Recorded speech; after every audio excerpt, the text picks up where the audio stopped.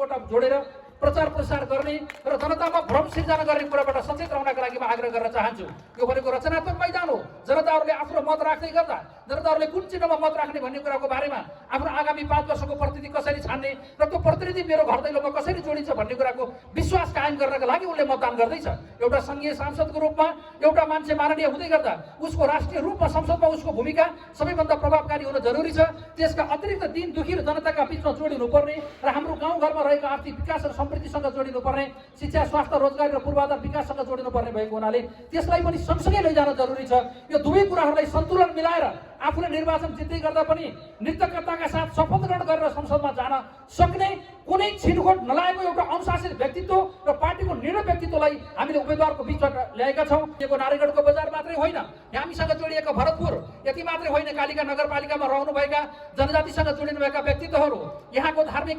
विभिन्न किसिमका सङ्घ सङ्गठनहरू, यहाँ जोडिनुभएका जात जाति र भाषाहरू, यहाँको भूगोलभित्र जोडिनुभएका व्यक्तित्वहरू, त्यो कालिकाको सैपाङमा रहेका चेपाङहरू किन नहुन्, या इच्छा कामनाको भाराङमा रहेका कुमालहरू किन नहुन्, तिनीहरूलाई बिचमा एउटै मालामा उनेर नारायणगढको बजारलाई र हाम्रो सिराइचुरीलाई र उपरदाङगढीलाई कसरी भरतपुरसँग जोड्ने र यो निर्वाचन क्षेत्रभित्र आगामी 5 वर्षका बिचमा के कस्ता विकासका पूर्वाधारहरू तयार गरेर योभन्दा अगाडि गरिएका विकासका कुराहरूलाई आत्मसात गर्दै अब ल्याउने विकासलाई त्यही ढङ्गबाट अगाडि बढाएर जाने बाटोबाट बनाउने प्रतिबद्धताका लागि हामी तपाईँहरूका बिचमा जोडिएका छौँ। मलाई विश्वास छ नेपाली कङ्ग्रेस चितवनले तपाईँहरूका बिचमा आफ्ना कुराहरू राख्दै गर्दा र साथीहरूसँग आफ्ना मनका भावनाहरू राख्दै गर्दा घर दैलो गर्दै गर्दाखेरि हाम्रो उम्मेदवार सहित हामी 28 वटामा पुगेर साथीहरूसँग एउटा एकसरो किसिमबाट हामीहरूले आन्तरिक रूपमा भेटघाट गर्दै गर्दा जुन उत्साह जुन जागर चितवन यस क्षेत्रका मतदाताहरूले हामीलाई प्राप्त गर्नुभएको छ, यसले पनि हामी एउटा थप उत्साह सिर्जना गरेको छ। तसर्थ आगामी फागुन 21 गते तपाईँहरूसँग पहिलो विश्वासको मत रूप चिन्ह र दोस्रो उम्मेदवार मीना खरेलको अर्को रूप चिन्हमा मत राखेर विजय हासिल गरिदिनु हुनेछ र त्यो विजयका साथ आगामी 5 वर्ष